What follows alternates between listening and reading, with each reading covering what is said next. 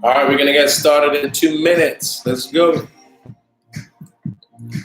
What's up, Richard?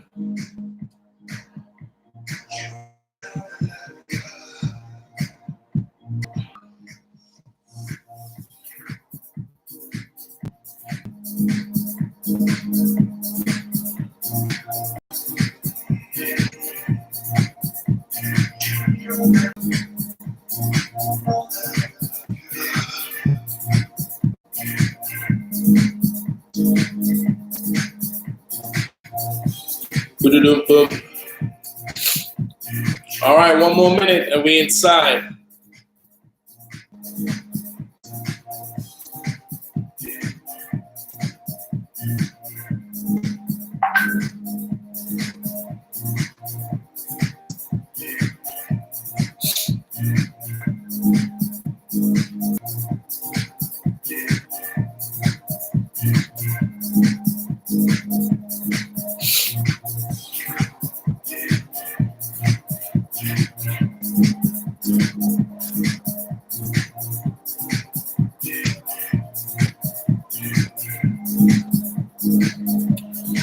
All right, all right, all right.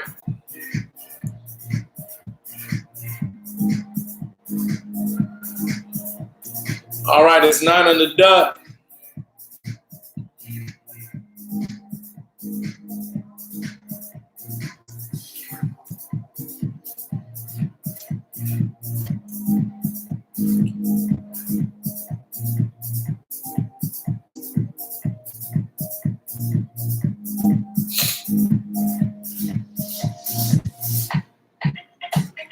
Make sure you guys have something to take some notes. What's up, Denisha? How are you doing?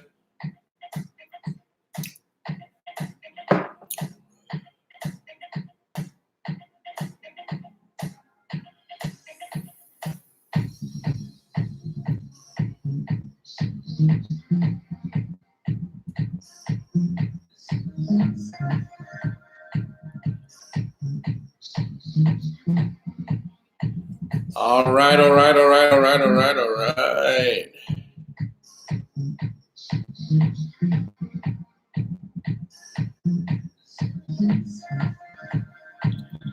Let me just make sure, because I've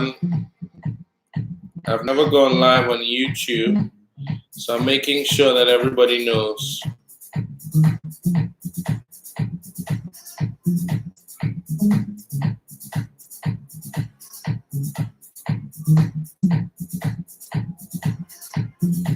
And, you know, I had a physical copy of this book, but I gave it away. But I want you to go get this book. Now, I'm going to start sharing some stuff. You know, people say it's a philosophy. Now, your philosophy is either making you win or not. Everybody has a philosophy. But this is what I'm saying to you. If you want to win in an area, you need the right philosophy. A philosophy means it almost filters things. We do econ, but we don't understand personal finance. Now, why get me prepared to go get a job, to go get paid, and our homes are equipped to teach us about money? Over the statistics right now. I was going over today on financial illiteracy. It is so high. Not because you have scholars in the country, not because you have great academics in the country, it means financial literacy is high. There are people who are A students, and when it comes to their financial literacy, they're illiterate. So you've got to ask yourself, why is it? Is it intentional that the systems do not have? In my own personal journey, it came from my dad giving me books. Right? My own personal will pursue pleasure. And most it's because of the former pain. You in the beginning, most people are introduced to money by allowances, I guess. start getting a little allowance from your parents, and they don't tell you what to do with that. As soon as you get an allowance, what's the one thing you want to do with your money when you get an allowance? Anybody in the chat, tell me, what's the one thing you want to do with an allowance when you get it as a child from your parents? What's the one thing you want to do? Anybody? Let me give you a hint. It starts, Mac, you said save. That's not the S word I was looking for. The S word I was looking for is spend. Everybody, as soon as you get your allowance, what do you want to do? Buy all the things that you like. I want to buy this. I want to buy candy. I want to buy snacks. So immediately, if you get money without instructions, that's where your blueprint started to be formed. Now, when I got this book was recommended to me by some mentors that I had when I was a teenager. It says, Luke, you got to get this book. And when you start reading this book, your mind's going to be blown. By the way, when you do this book, you may not, I mean, there are other books that you can read, but when this gives you a foundation, you don't need to go anywhere else. You do not need to go anywhere else. When you get this, it's a solid foundation for you to continue to live forever. So let's get into it, right? So the thesis of the book is that people who do well with finances and people who don't do so well with finances, they have completely different ways of thinking about money. One has a philosophy that wins, the other one does not have a philosophy or a broken philosophy. So it's completely different thinking. One, their strategies are educated, the other does not have any strategies to it. And here's the nice thing about it. You can do better with finances anytime you decide that you want to do with it. You could change. You don't have to get stuck. You could change. So there are 5 wealth secrets. And whenever people say secrets, it's not that they're secrets. It's hidden in plain sight, but you can't see them with your eyes. You can only see them with your understanding. So unless you get the thing that a blind person can't see, it's a secret to them. It's not a secret. It's just that they can't see. It's hidden from their eyes. They don't have the ability to see. Had they have the ability to see, they'll see it. So let's go through. Basically, the people who do well financially in this world, it comes down to about a 4%. The others who are average to struggling, and can I tell you right now what's happening? You have the rich and the middle class is actually being moved out. What's that? And the middle class is actually being moved up. So it's actually probably just going to be the rich and the poor. Right? So you have to decide what side you want to be on. Now, secret number 1. See, I write it down there. It's called 5 jars. Secret number 1, 5 jars. Look, what do you mean 5 jars? The 96% take all their money and put it in one account. The 96% take all their money, they put it in one account. The people who do much better, the wealthy, they put their money in about 5 different places. They put their money in places with a purpose. They have a place for their money before it comes.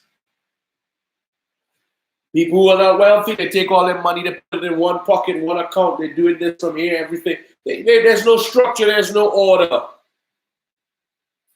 What's about the 5 accounts? This guy takes his son, gives him an allowance. The son spends all the allowance. He says, you've just qualified to be poor. That's not what you do. People who spend all of their money, that's where they are, broken and poor. You want to be wealthy? You do not spend everything that you earn. You have to have 5 jars. What are the 5 jars? You can see here. 1, he told him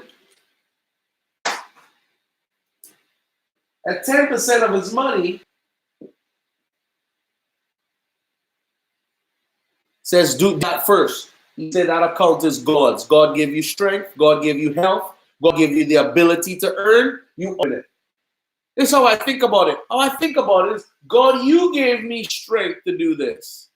You gave me the intelligence. You gave me the competence. You gave me the ability. So I want to honor you. You didn't ask me for all. 10%. Account number 2. 10% is help.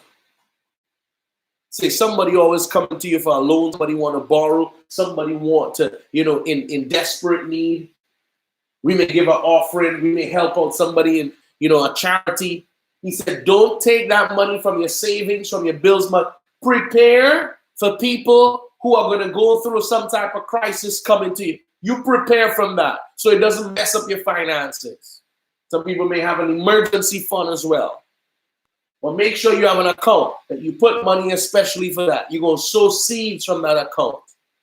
Help others. You're going to be blessed. First 20% is about giving, not about keeping. This is amazing. These are people who are wealthy. That's what they do with their money. People who are not wealthy believe they should keep all of their money for themselves. Philosophy.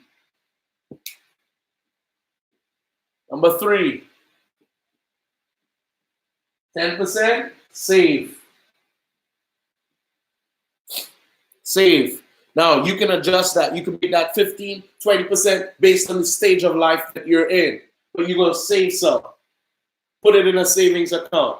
Nothing's happening with it, but that you're saving there with the intention to invest. Number 4. I just said it, investment, 20%. Investment account. You only thing you use this money for is things that you will multiply and people that will multiply. You invest in people who multiply or things that multiply. 20% of your money. Lastly, remember that's 10, 20, 30, 40, 50. So the 5th account, you're living on about 50% living expenses. You're living about 50% of your income. You say, well, Luke, I cannot live on 50% of my income. Well, you can do 2 things. Lower your expenses and increase your income all at the same time. And you'll get to the point where you can live on 50%. 10% goes to God. 10% is take care of loans, charity, helps, offering, whatever comes out of that. You're not gonna throw your finances off because of somebody else's crisis. 10% is being saved, 20% is being invested, 50% are living expenses. You do that in your life for 6 to 12 months and you see what happens. Secrets. Book changed my life. This book changed my life. Secret number 1. Don't put all your money in one place. Don't put all your money in one place. 5 jars. We went through 1 secret. Secret number 2. People who don't have money are always running down money. Focus, that's why it keeps escaping you. Here's how the wealthy create money. They attract it. They don't run it down. They attract it. How do they attract it? By the vision that they hold. The vision is what will produce value. And when value goes out, money comes in. You do not get paid for time. You get paid for the value you bring to the marketplace. You bring more value, you attract more money. So the wealthy focus on vision, while the unwealthy is just focusing on money. How to get more money? You're running down money. How to get more money? No. Build a vision. What's the vision? All right, Luke, my vision is that I'm a dancer. I believe I have a gift. And I have a vision that I could see me helping a lot of girls, not just in dance, but in etiquette. I'm helping them in understanding how to grow up as young women. So I'm doing personal development courses. It's an environment that teaches them about self-esteem. And I'm also talking to them about their health and nutrition. So I have this vision of these young ladies. We're talking dance, but we're dealing with holistic development. Start with vision, not with money. I say, all right, that sounds good. Where are you going to start? What you going to offer? Put it down on paper. Start writing it down. People get excited now about your vision. Somebody says, well, I like how that sounds. I'm willing to invest in you. I have a place here, a rental. I will be able to give you that you can use your gift there. And somebody says, I'll give you this. And I can give you a light. I can give you a chair. Vision. And when you start to build a vision, what happens now? You say, well, this is the cost of the program. Somebody says, well, I'm excited. I want my daughter to be a part of that. Well, how much does it cost? It's about $800 a month. Sign me up. You got 10 little girls now. You're doing mentorship, personal development, health and nutrition, self-esteem, and dance. 10 of them join. That's $8,000 a month. Did you go looking for money? No. You built a vision. Build a vision. The vision is the magnet. It will attract the money. The problem is we go looking to run down the money. What do you have that is offering value through products or services or whatever you do? That is what you ought to spend your time building. The poorest person in the world is not the person without money. The poorest person in the world is the person without vision. Helen Keller, who was blind, said this, that the worst thing in life is not being blind. The worst thing in life is for you to have your eyes and still have no vision. Vision is where your wealth is. Secret number 2. What vision are you building? It's a secret to wealth. Anybody who's wealthy has a vision. They're building something that will outlast them. People who are not wealthy are working to build somebody else's vision. Did the light bulb just go off? Because it just went off for me. Secret number 3. You ready? Are you ready? If you're ready, put ready in the chat. If you're ready, put ready in the chat. I'm not going to tell you secret number 3, even though it's on the board. If you're ready, put ready in the chat. Are you ready? Kizzy, you ready? That's what I like. Secret number 3, Mac. Let's go. Brandon, secret number 3. You ready? Don't put, all right. Y'all get me fired up now. Watch this. Don't put your money into things that are depreciating. As soon as, listen, it's a mentality. As soon as people get this cash in their hands, they want to go buy the new car. I didn't say you can't have a new car. But I want you to understand what happens with my money when I put it into a car. As soon as I drive it off of the lot, my money goes down. Why? It depreciates immediately. It's like as soon as we get this money, we buy, we want to let people know we have money. So we want to show it. Guys, get a grip of your ego. Get a grip of your esteem. You are who you are. I don't care so much of what you're wearing and the brand name. Think long-term health with your wealth. Because ultimately, you have to get to the place where you can leave an inheritance for your children's children. You're not going to do that just trying to bathe yourself with what you have today, and you're not investing and planting seeds for your kids and your children's children tomorrow. The only place you put your money is in things that multiply and people that multiply. Tell me a thing that you can put your money into that it will multiply. Right now in your life, what could you do with money that can multiply? What the answer? Let me see you guys. What could you do with money right now that it can multiply?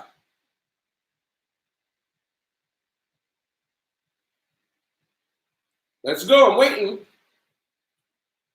I'm waiting for you guys. What could you do with your money right now that it can multiply? Stocks, I'll take that. Okay, that's portfolio income. You need to now have the evidence. If you put stocks, 1 week from today, I'm going to ask you, Kizzy, have you pursued that? Have you made some moves? Because you said property, excellent. Land, excellent. Rentals, excellent. The question is, we got to move it from our knowing to our doing. Selling, Savage King. If you're selling technology, you have to explain to me, Mac, how you're going to use the technology to multiply. In the beginning, guys, I did not have enough to invest in things like land and real estate. So I look for smaller things to do. On my post yesterday, I showed you all 17 ways you can earn money online. I need more knowledge about stocks. Well, pursue it, Kizzy. You're onto something, but you got to pursue it and make it happen, right? So in the beginning, what did I do? I was in college. Let me tell you one of the first ways I started to flip money. I knew the next semester we had to use books. A lot of people don't have the money to buy new books, so they want to buy it used, if it's the edition that they're using for class. So I went ahead, found out in my program what books are they using in the classes that I had not taken as yet. I went and I bought wholesale lots of those books, wholesale. And then I listed them as individual books available on Amazon. And then once the semester turned over and everybody started looking for these books, well, when they can't buy the new, everybody went to look firstly for buy the used books. And I would just get email on a book. So by the week goes, all I'm doing is getting something low and selling it high. But here's the key. When I make those profits, it's not to say I made profits. Now let me go to the movies. Now let me go buy a shoe. Now let me go buy a new laptop. Unless I'm going to use that to make more money, I do not eat the children of my profit. I take the children of my profit and I go back into investing. The only thing I touch that money for is to cause things to multiply. I used to buy wholesale colognes and perfumes, sell them. Wholesale handbags, sell them. I did a lot of those things. All you're doing is putting it in things that multiply, multiply, multiply. Let me ask you this. This is not a trick question, right? If I had two envelopes, one $1 million cash, and the other one 1 cent, but it's in a system that it's multiplied or it doubles every day, but for 30 days. 1 cent doubled every day for 30 days versus $1 million cash. Which envelope you're going to take? Answer me in the chat. You're going to take the $1 million cash, or you're going to take the 1 cent in an envelope that's being doubled every day for 30 days. Which one are you going to take? Everybody got to answer. Are you going to take the cash on the envelope, or are you going to take the 1 cent in the on the other envelope? What are you going to take? Kizzy says she's going to take the 1 cent. What are you going to take, Savage? $1 million cash. What else y'all going to take? Who else? Come on. Somebody said they're taking the 1 cent, $1 million cash. SCL, you taking $1 million cash. Joash, you taking $1 million cash.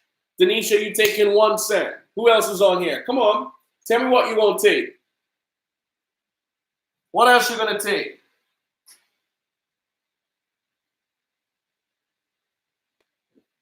I'm going to show you all something. Nobody else? Come on, guys. You learn when you participate. I want to see your answers. Are you going to take $1 million cash, or are you going to take the 1 cent doubled every day for 30 days? But let me say this to you. 1 cent doubled every day for 30 days is $5.3 million. If you don't know what to do with that 1 million in a month, it's still going to be 1 million. But the 1 cent is in a system that is multiplying it and doubling it every day for 30 days, it's $5.3 million. You doubt me? Go research it and you'll see. The power of residual income, the power of compound interest. You keep multiplying and multiplying and multiplying. We've got to break the philosophy that when we get this extra cash, it means we now go create a new expense that we did not have before. No, it's to put it into something that multiplies. And if you don't have anything that multiplies, save it until you get the information and you get a good deal. Secret number 3, that's what the wealthy is doing. They're thinking multiply, the poor is thinking spend. That's why I don't understand. Watch this. People in this country go to Carnival, spend $6,500 on a costume, and they don't have $6,500 in a savings account. They don't have $6,500 invested anywhere, but they put it on a costume. Why? For 1 week of bliss. For 1 week of jumping up on the savannah grass. 1 year later, you don't have nothing to show for it. We're not smart with our money because we don't have the right philosophy. So we keep repeating the same type of financial results year after year after year after year because people perish because they lack money? No. People perish because they lack governance? No. People perish because they lack love? No. People perish because they lack parents who knew about money? No. People perish because they lack knowledge. Faithful in a little. I don't care if you're working for $5,000. Use the same principles. If all you have is $400 to invest or to multiply, find something to multiply it. You'll feel good about yourself. Secret number 4. You ready? People who don't do well financially think the economy stays the same year after year, year after year. It's just the same. Different year. The economy is going to go just like it went last year. Just like it went last year. They're going to get paid every 2 weeks. They're going to get paid every month. No. Your company may not be around. How many people who are working in the local oil and gas industry thought that Petrotrin will still be here? It's not here. The economy does not run in a straight line. The economy is in cycles. So wealthy people, they understand that the economy runs in cycles. And they prepare. They prepare for the market crashing. The poor people don't know what's happening. They're not informed of how do you know when a market is going to crash. What do you do? Do you go liquid? Do you stay heavy on cash? And do you get out of things that you were owing? You sell it and you go more liquid? Or is this a market to buy? Or is it a market to sell? Well, here's what the wealthy knows. Just before a market crashes, they get very liquid. Why are they getting very liquid? Because something that was worth $1 million in the market, when the market crashes, let's say somebody borrow to buy that property for $1 million. And let's say they still owe about $850,000 on it. The bank, they collect payments of $150. They still owe money on it. Well, when the market crashes, the value of that property could probably go down to $750. Lost a whole $250K. Guess what the rich people are doing? They're cash ready. They swallow up that for $750. They don't have to borrow from the bank because they had it in cash. They buy it and they wait. It might be a year, 2 years, 3 years. And in 3 years, this property jumps right back up as the market starts to climb to $1.2 million. 750 and 250 is $1 million plus another 200,000. That's $450,000 profit in about 3 to 4 years. Now let me ask you this. If they had $750,000 in the bank, could the bank give them the interest of $450,000 in 4 years? No. the bank could not give them $450,000 on $750,000 capital in the bank. But a property flipping could give them that. So they were prepared for the depression or the crash. Property value goes down. They take their cash, they buy, and they make their profit on the buy. Property goes low, they take their cash, they grab it, they wait for the market, the economy hitting a cycle. It's going to come around again. Property value goes up.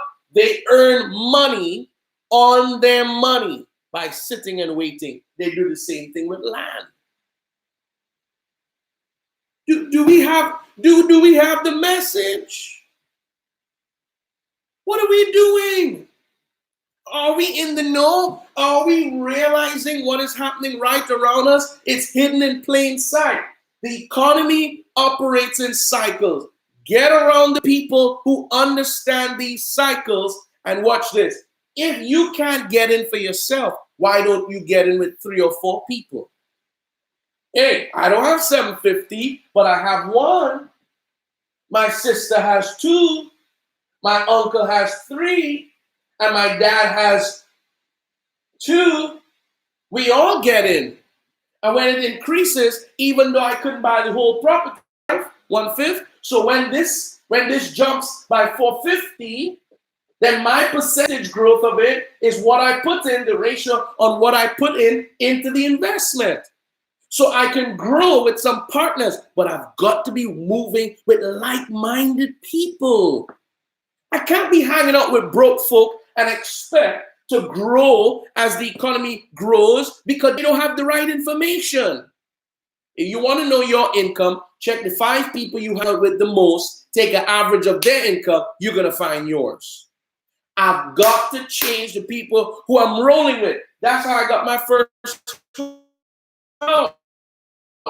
I was talking to one of my good friends, Mr. Michael Dingwell. I have a lot of friends who are 3 times my age. 2 times my age, sorry. That was back in the day. Prepare for economic cycles. Can I tell you all this? Go get the book. Luke, what book are you talking about? 5 Wealth Secrets.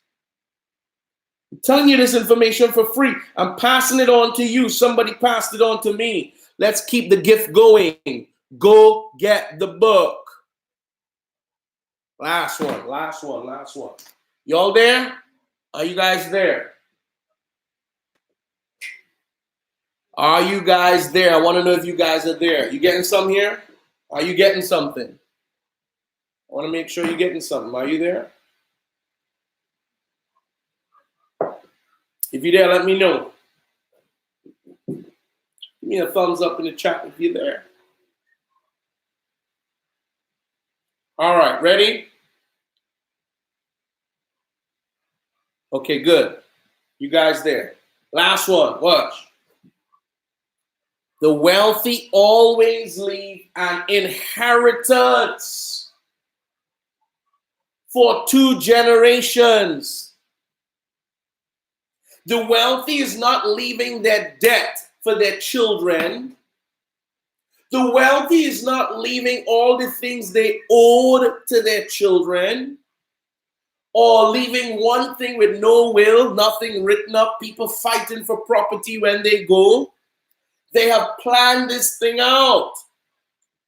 Wealthy people are planning for 2 generations. My father has already given me property, assisted me with property, and he's already assisted my children with property. They are just born.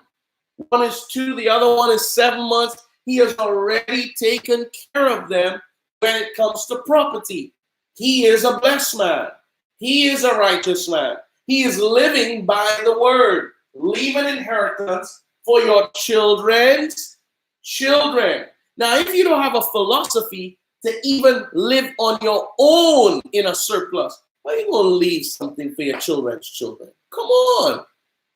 We cannot help our children. Listen, 2, I ask a banker, what's the the 2 top reasons people come to the bank for money? You ready? You ready for the answers? 1, to buy a depreciating asset, car or house. That's why most people are going to the bank. Or they borrow to pay off a debt. They go in debt to clear another debt. They borrow from Peter to pay Paul. Very few people go borrow money to invest in something that multiplies. So when it multiplies, it makes back money to pay back the loan. And now you get to keep and appreciate the asset, something that is producing money for you. So you use borrowed money to build something that will appreciate. Inheritance. When you die, will you leave an inheritance for your children's children?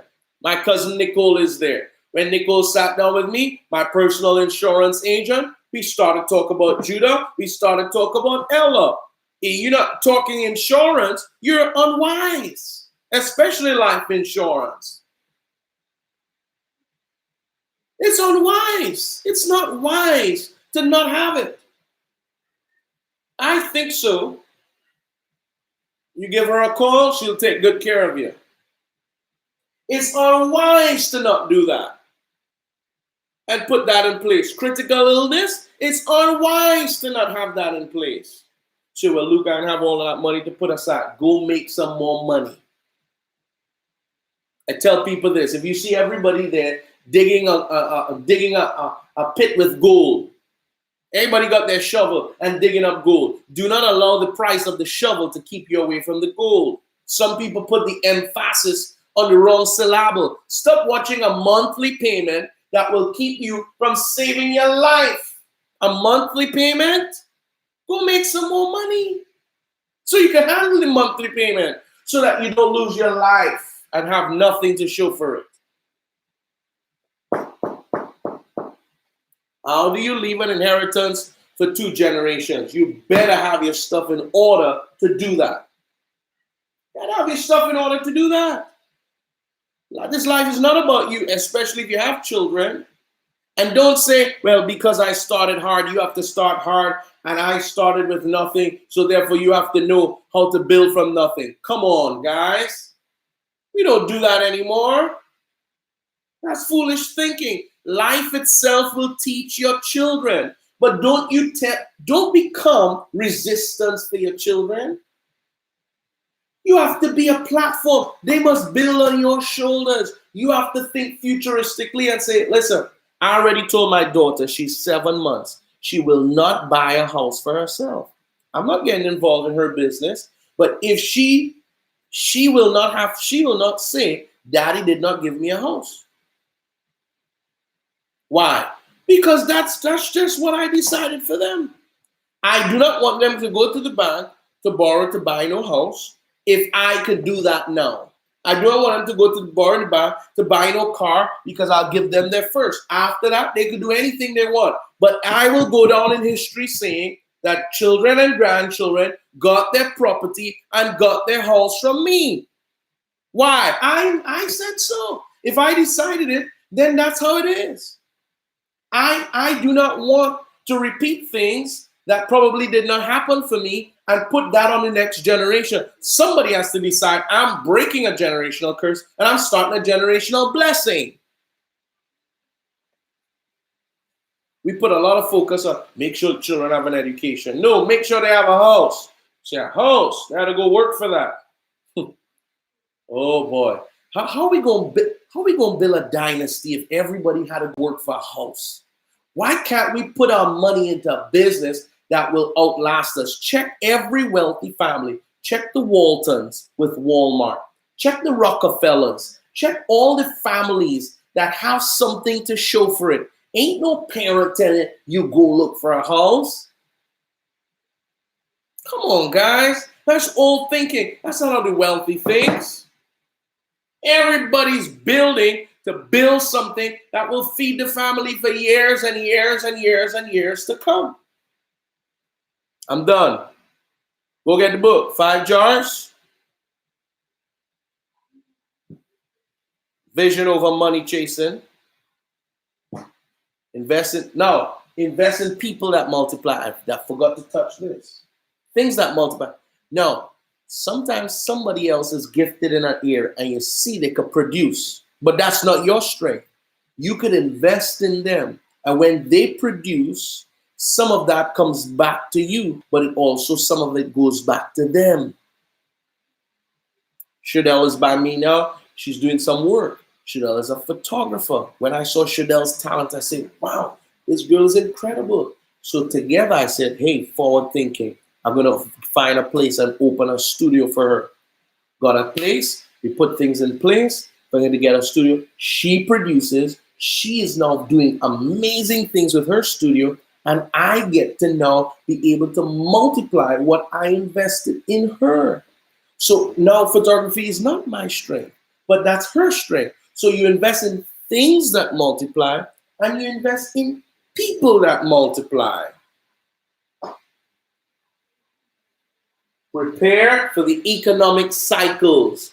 You're supposed to have groups talking about what is happening with the economy. Have people who are informed. A lot of times wealthy people have information the rest don't have. So by the time they move to an investment, they already bought the properties, they bought the land, and now reading the newspaper, the deal is gone. What's about to take place? They're up on these economic cycles. We've got to get that. That's how they operate. And then also the inheritance. We've got to prepare for 2 generations. That's all I have for you folks. God bless each and every one of you. Glad that you're on this session. So I'm just going to leave this. When I end the stream, save it. You can always get this back on the YouTube station. You could go share the link with a friend, but go get this book. This book changed my life. This book changed my life. 5 Wealth Secrets by Craig Hill. Go get it immediately. You're going to pay less than $10 for this book, and it's going to earn you tens of millions of dollars. Simple truth, but once you apply it, it's going to be absolutely powerful. God bless each and every one of you. Peace.